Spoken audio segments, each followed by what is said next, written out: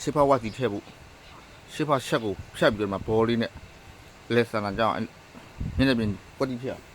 တို့ထားရှစ်ဖက်ဝါစီထည့်မယ်ဆိုဒါလေး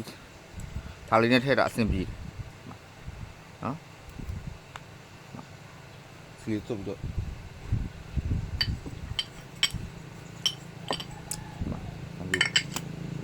ဒါမဆောင်ဝါစီလည်းမဆောင်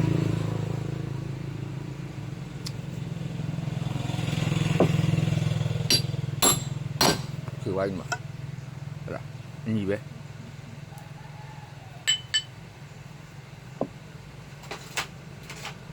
ဝမ်ကလစ်ထမ်